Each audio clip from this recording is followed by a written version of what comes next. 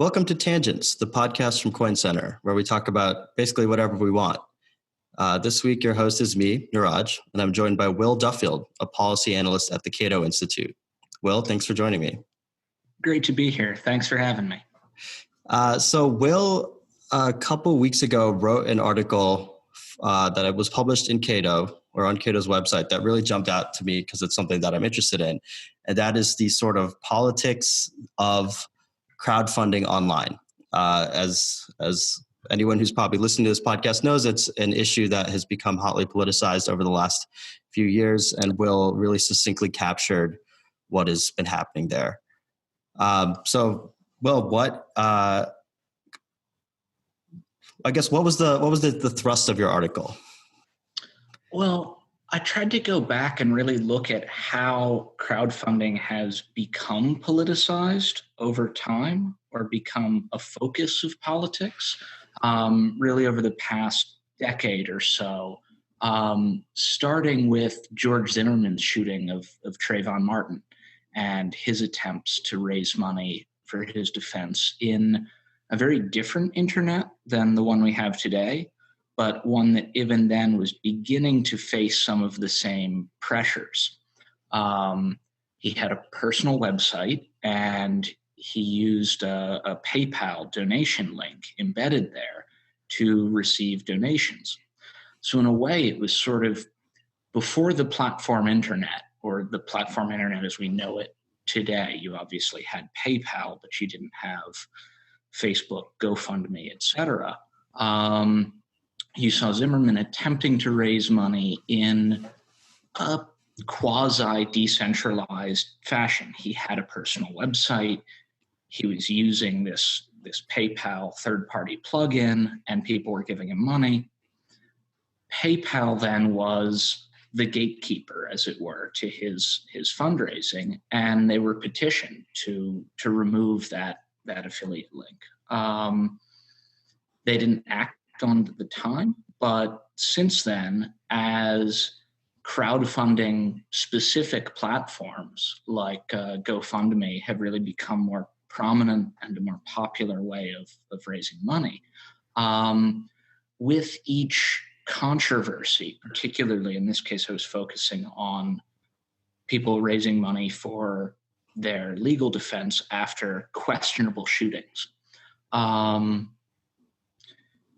received pushback from the public at large, and the platform, GoFundMe in particular, responded over time by narrowing what it would allow on the platform in terms of these sorts of fundraisers. Even at one point banning legal defense fundraisers altogether, and then adopting a policy that allows them but gives GoFundMe tremendous leeway to pick and choose what they allow relative to the perhaps more open but rule-bound arrangements that they had previously. And there's always a trade-off there as we've seen these platforms implement more specific rules and often give themselves more ability to respond to public pressure or shifting sentiment. Then they lose the legitimacy that a broader, perhaps more easily interpretable rule set would provide. Over time, would you say that, activists have learned that that payment processors are the kind of at the moment the most effective choke point to target? Well, I think it's excuse me. Payment processors have become essentially a fallback target, or as mainstream platforms have become more restrictive in their policies. Largely post-2016, you've seen a kind of clampdown on a lot of the main, from YouTube to Facebook, Reddit, trying to clean up their act in one way or another. And you obviously then have speakers who are cast out. They used to spend time on these platforms, and they can't anymore. So they create or join alternative platforms, which aren't beholden to the same advertising pressures often as the big boys. And then, in order to get at them, if you want to deplatform them, you have to go after their fundraising. So that's really what's shifted a lot of this pressure towards fundraising platforms as a choke point, is that some of the more mainstream platforms in which creators could share advertising revenue have become more restrictive. Yeah, that touches on something as I was reading your writing that jumped out to me. You mentioned that internet speech is an ecosystem. It's not necessarily just Facebook or just Twitter, but there are smaller players that can fill in the gaps where people have been deplatformed. And I think fill in the gaps is a great way to put it, because the idea is that all of these platforms are, in a sense, working together to provide an environment in which speech can find a home and an audience. And you might not always get the audience or the platform you want if your speech is seen as disreputable or simply off topic for a given forum. You may be asked to leave, to put it elsewhere. But within the ecosystem that is the modern sort of Section 230 protected internet, you can see all different platforms pop up with different rules and norms and kind of community focuses in order to host different sorts of speech. So you can have a well-moderated Pinterest where you can let your kids go and look for treehouse pictures. And you have something like 4chan as a disreputable clearinghouse for speech that isn't wanted elsewhere. There's something that comes up a lot in the context of speech online and deplatforming, is that you're sort of guaranteed in this country, not necessarily by the government, or the principle of free speech is that you can say what you want, but you are not necessarily guaranteed an audience.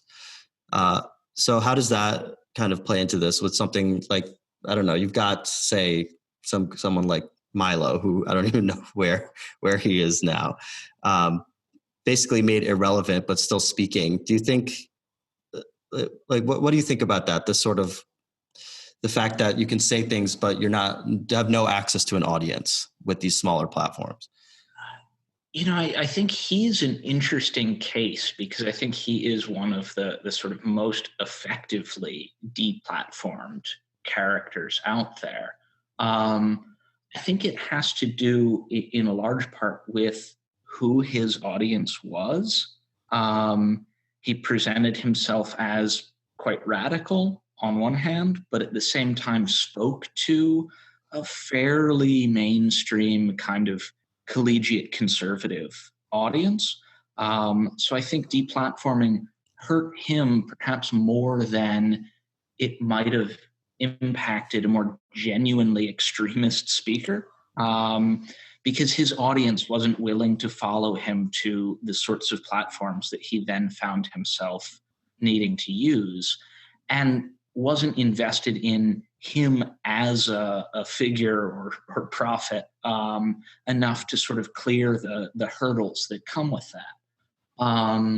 I find Stefan Molyneux a very interesting sort of deplatforming example, because he has run through this whole chain from being banned from YouTube to moving to a personal site called Free Domain, then being banned by PayPal, restricting his ability to fund that. And he had a couple of vlogs really lamenting this loss of fundraising opportunity, but has then resorted to Bitcoin Cash donations, which at least some number of his fans seem committed enough and invested enough in learning the technology to support him that way. But I think if you're perhaps more milquetoast or closer to the mainstream and that happens to you, you have fewer fans who are willing to go dig up Bitcoin Cash and give it to you. Yeah, so that's two things then. So I guess my first immediate question is why would they use Bitcoin Cash? But that's fine. And then I guess I didn't realize that somebody even like him who my only experience with him was I don't know why I watched this, was a 3-hour debate between him and a flat earther, which is time I'll never get back. But it was so bizarre that I had to just keep watching. The idea that people, so like to borrow a term, this profit sort of figures have enough clout with their core followers that they can bring them to a new platform, be it a speech platform or in this case, a payment platform to support them. Yeah, so being deplatformed is really a make or break moment for any speaker or ideologue. Right, that's the moment when you kind of test the audience that you've built. How much, how valuable are you to them? Yeah, I mean, and it's been very interesting to see in some cases recently, in response to kind of Reddit mass ban. This ban included the Donald subreddit. You saw a couple other subreddits sort of voluntarily leave Reddit and move to a new .win domain that the Donald had stood up preemptively. They expected to be banned, and they were worried enough about it that they risked moving their community to a new platform before that happened, figuring that it would be easier to make that move to legitimate it before the ban than in all of the chaos afterwards when mods couldn't communicate with people anymore and you have those sorts of things. Do you happen to know, were those subreddits kind of Trump related, or were they just sort of off topic? The one I'm most familiar with was really almost a Channer firearms board. Okay. So a lot of irreverent Channer culture brought to Second Amendment advocacy and firearms hobbyism. And it had always served as kind of an outlet from the more serious, perhaps safety conscious firearms subreddits. And that's where you can post your memes, I guess. And I think every community has the serious people, but you can enjoy a meme here and there. Well, and that, again, that speaks to the value of the internet as a speech ecosystem, because it's much easier to maintain the serious forums when you also have the honeypot of somewhere irreverent and silly where you can tell people to go. Take that out of here. There's a place for it. You aren't in exile, but go away. This isn't the place for that. Yeah, you'll get your reward, your points, whatever. You'll find like-minded people there, but there's still a place. Yeah, that makes total sense. It's funny in sort of crypto Twitter, that just reminded me, we have these sort of the technologists, and the investors, and then the traders, who are a lot less kind of, they're less focused on the long-term game, and they're more about memes and so on. And we're all mashed up together. And it's like we have these two orbits that form. It's just sort of reminded me of that. Do you see separate spaces that then tend to cater more to one cohort than the other? What you see every now and then, there are these sort of network social graph analyses that people do of top sort of crypto Twitter people's followings, and you can see very clearly distinct groups. So Twitter has sort of separated itself into the forums. It does work. And then, of course, that there's a whole other thing that happens there, because those separate groups turn into armies when necessary, and they can clash with the other ones. Well, and it speaks to a kind of central problem of Twitter, in that you can informally have separate Twitters, but it is still on one platform. It can be quote tweeted throughout the entire platform, and you can quickly lose the context of, fintech Twitter, in which a tweet might have been born, as it then ricochets around the rest of the platform. And that's always made governance on these sorts of spaces really difficult, because moderators have to end up adopting someone's context at the end of the day. And it'll probably upset everyone else with different context. That's a good point. one theme that I picked up in your writing was this idea that the more important, well, let me back up, the sort of layered onion, if you will, of intermediaries that we have, right? So let's say Facebook is the closest to the user and like the DNS is the furthest away. And you talk about the more kind of how the more important the intermediary is, the less gatekeeping there is. So would you say that we've almost maxed out the feasible gatekeeping at the Facebook level, and now we're falling back to something like Cloudflare and payment processors, and like that's sort of more in the crosshairs now? I think as you hit that point of diminishing returns on mainstream platforms, it naturally throws it back to all that lower lying infrastructure. And there is a sort of cascade effect. To some extent, it's also a result of the fact that the underlying infrastructure is less visible. It's harder for activists or even journalists, writers to really connect some user level misbehavior to the DNS server. So that takes some of the pressure off of them, or has historically. And I think there is as you move towards what looks to be infrastructure, what seems to be used by everyone, and what behaves more neutrally and has more of a history of doing so. Even for really disfavored figures, there's a greater hesitancy to use the infrastructure, to politicize it in order to be rid of them. And often the providers of this infrastructure are very uncomfortable with this role being thrust upon them, far less so perhaps than a Facebook or a Twitter, because Cloudflare at the end of the day isn't providing a specific environment for users the way an edge provider like Facebook is.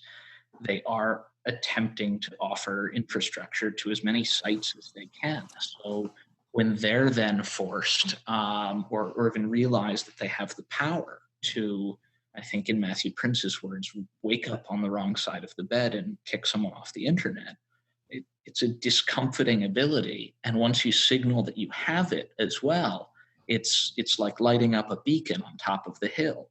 Everyone will then want to come and entice you or push you to use that power in their service to get rid of their enemies. So it's a very uncomfortable thing to have at any level. But the further down that stack you go, the greater the effect of using it. And I think the harder it is to hold that hot potato. Yeah, I recall this must have been like 15 years ago now. The Bush administration, the ICANN was beginning the expansion of the TLDs, and they were beginning with .xxx. And the Bush administration, kind of in an unprecedented move, tried to kind of use our country's control of the root zone and its influence in ICANN to sort of tip the scale a bit and say, hey, we don't want this for moral reasons. And that was a huge scandal, because I mean, even in a much less censorious internet, to jump all the way down the chain to start at the DNS level was very surprising to people. Yes, and unfortunately, as time goes on, I think that kind of behavior or a willingness to go there has become more normalized, particularly when we look at the financial deplatforming side of things. You had Operation Chokepoint during the Obama administration, which targeted payment processing for sex workers, those involved in the firearms trade, and a couple other types of businesses deemed high risk. And obviously, when you have government doing it rather than infrastructure making a decision in response to public pressure, it's all the more concerning, because it's totalizing to an even greater extent. It's one thing for a widely used infrastructure provider to kick someone off their service. It's another thing for the government to signal that anyone in the business or getting into the business of providing some service ought not do business with a given user or client. The totalizing concept is something you touched on in your essay, and could you just expand on that for the audience? It was very interesting. Yeah, I mean, in a way, it goes back to that question of a diverse ecosystem for speech. When you have a new government rule rather than a rule adopted by a single platform, it affects everyone, and you don't really have an opt-out. It's much harder to see if people are dissatisfied with the rule, if it's working or not, because it's affecting everyone all at once. There isn't a test and control, as it were.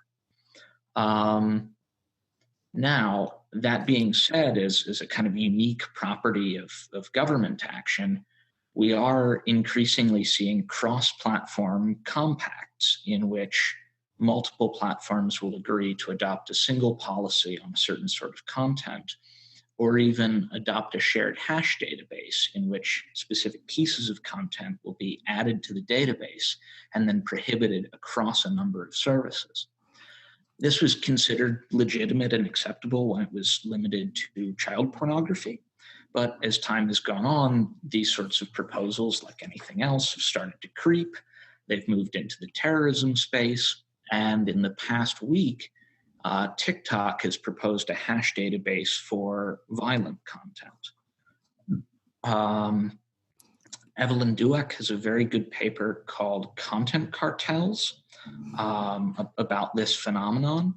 And unfortunately, and I think from the platform perspective, it's often hard to see this cost because you just want to clean up your platform and you're tired of being blamed for things happening elsewhere. But the ecosystem does need some outlets for that sort of content. And as you creep out from terrorism to violence or extreme speech, once something gets caught up in that hash database, rightly or wrongly, it's much harder to correct it as well. And again, you get that totalizing element. It's harder to go put it on another platform and say, see, this is all right, this isn't an issue, because everyone's already agreed to prohibit it. I take it you're familiar with the Facebook Supreme Court proposal? The oversight board, yeah. Yeah. And my understanding is that there was some element of that was, I guess, the word is totalizing, right? It was going to be exported to the other major social media networks. So I really haven't heard that from anywhere. Okay. Well, from anyone actually involved with the board. I've heard external speculators speak to that as some way of handling content moderation across the internet or providing a common set of rules. Frankly, I think they have their work cut out for them just with Facebook, and there's very little interest there in trying to govern other platforms. Furthermore, I think it becomes difficult to, and we already see it in some of these content hash proposals, merely because platforms operate differently at the architectural level. They do different things for people, and as a result, they have different problems. We might understand why TikTok would want a hash database for violent video because they algorithmically serve auto-playing video. YouTube, on the other hand, which relies much more on users clicking links or following specific creators who they already know and trust, they don't have the same need for something like that. It's not as pressing. And any cross-platform compact or common set of moderation rules will run into that to some extent.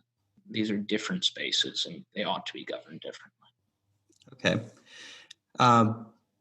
Going back to kind of government restrictions on speech versus the private restrictions that we've been just talking about, you mentioned that government tends to use intermediary liability more than any type of mandate to censor speech or to control what's said.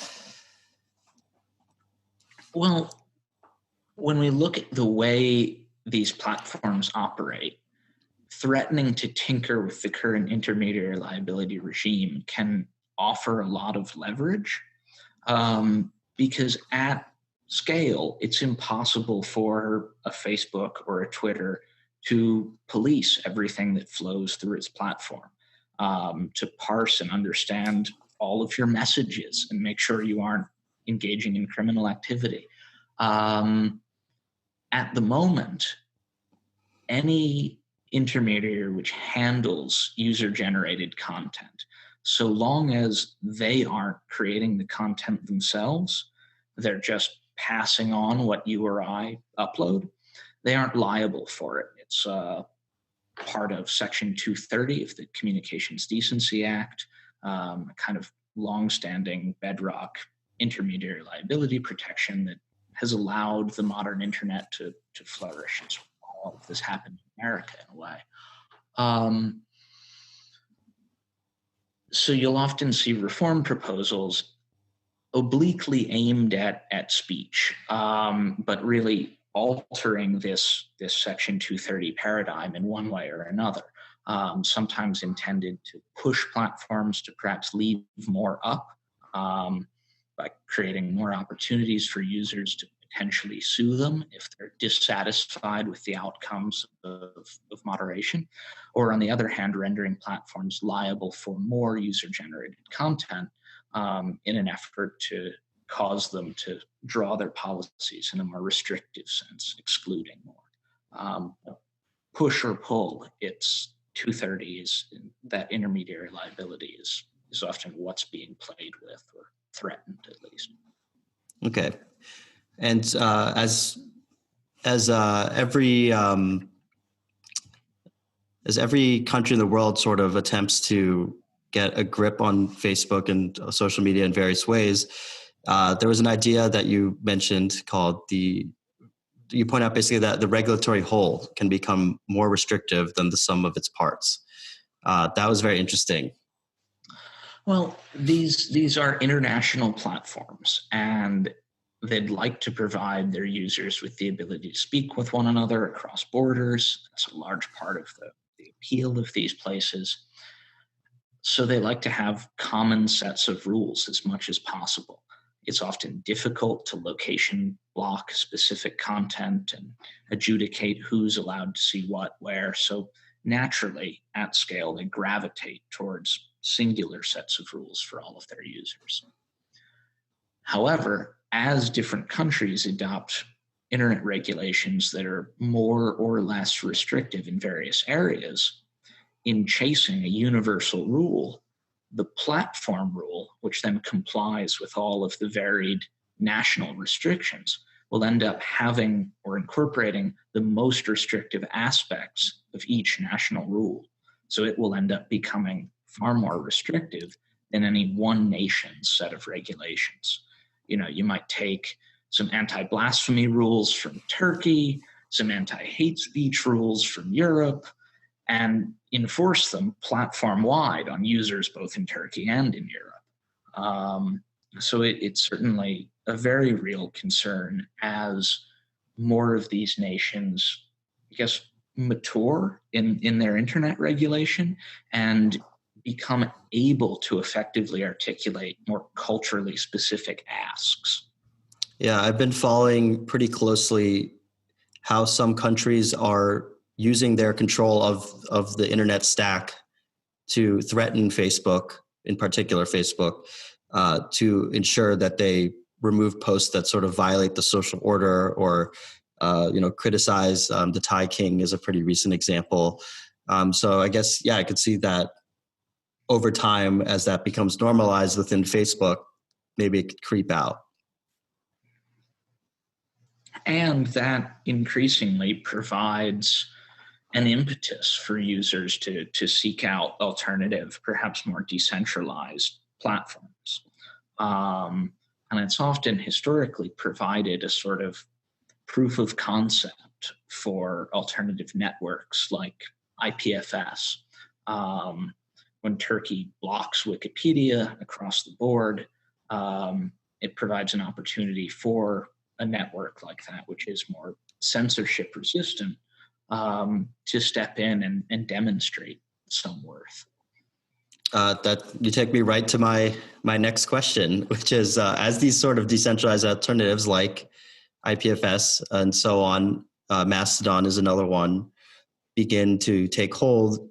What is your, just in general, what do you think of them, and what do you see as their path to adoption?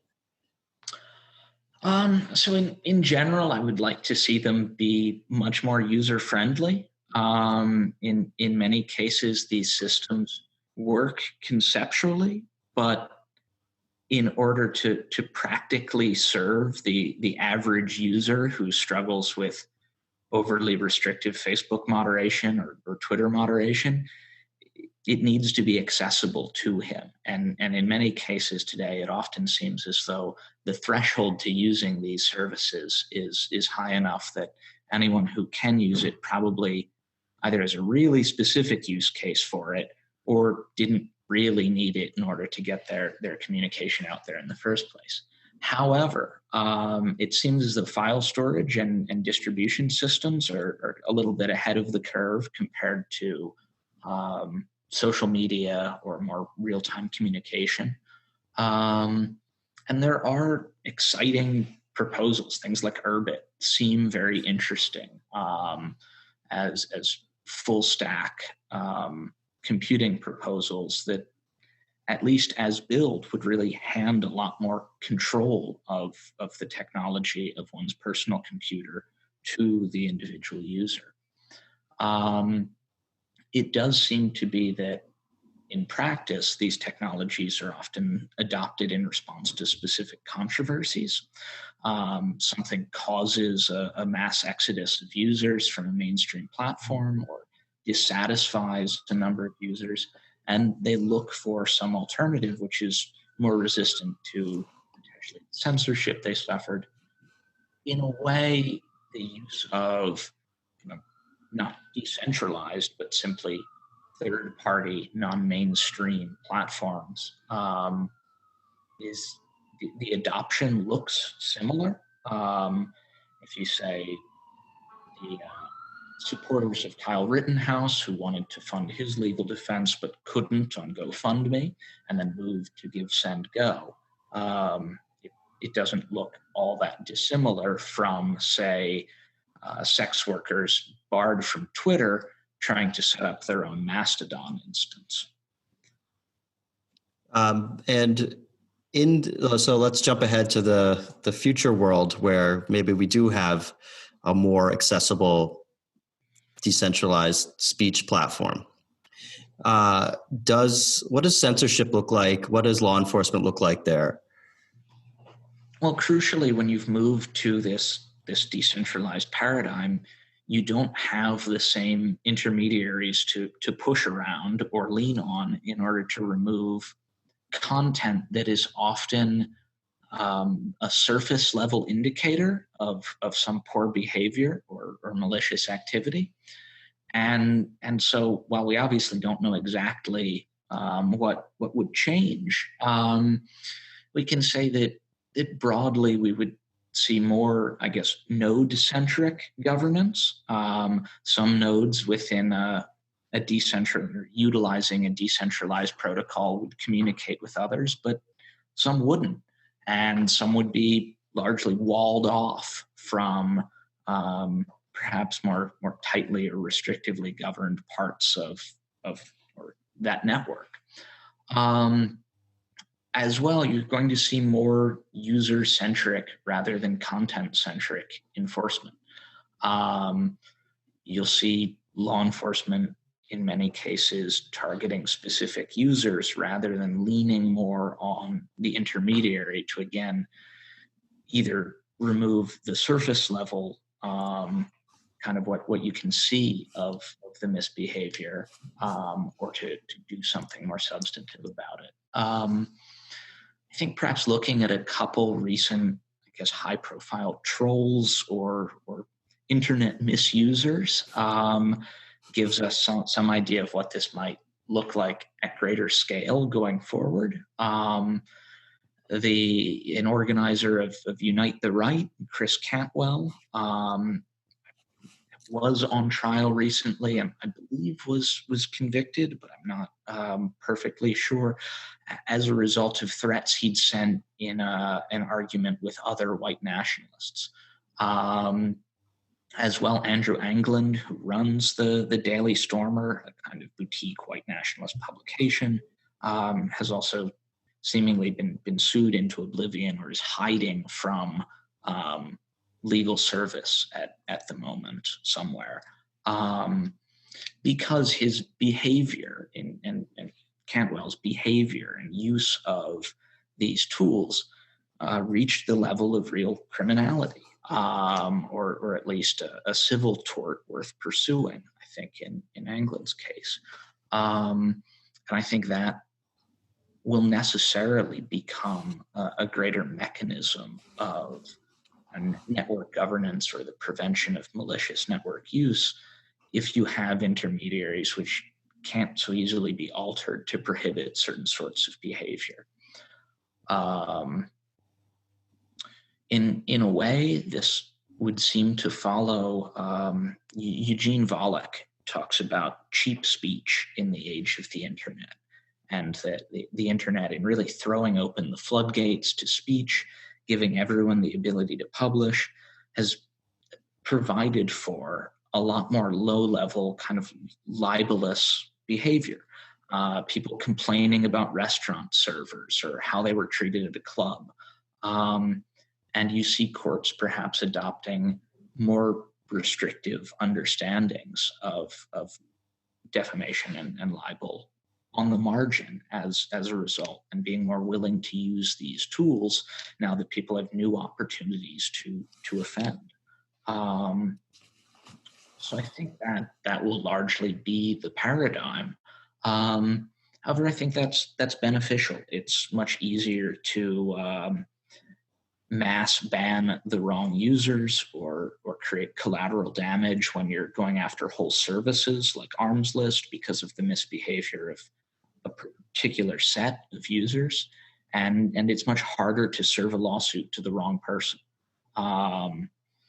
So I think that would be largely a positive step. However, we do have to appreciate the costs of making some material less censorable when we look at terrorist propaganda or child abuse. But again, shift the onus, shift the focus in combating that behavior back to the person penning the terrorist screeds or instruction manuals, or abusing a child, because they're the ones ultimately responsible for doing harm. Well, Will, that was a kind of a perfect closing, because that you've summarized something that I've not been able to articulate really quite well. So thank you so much for joining us, or joining me. And I'll have a link to Will's articles down in the show notes, because they really are quite good. So, Will, thank you. Thank you very much for having me. It's been great to talk. All right. Anytime.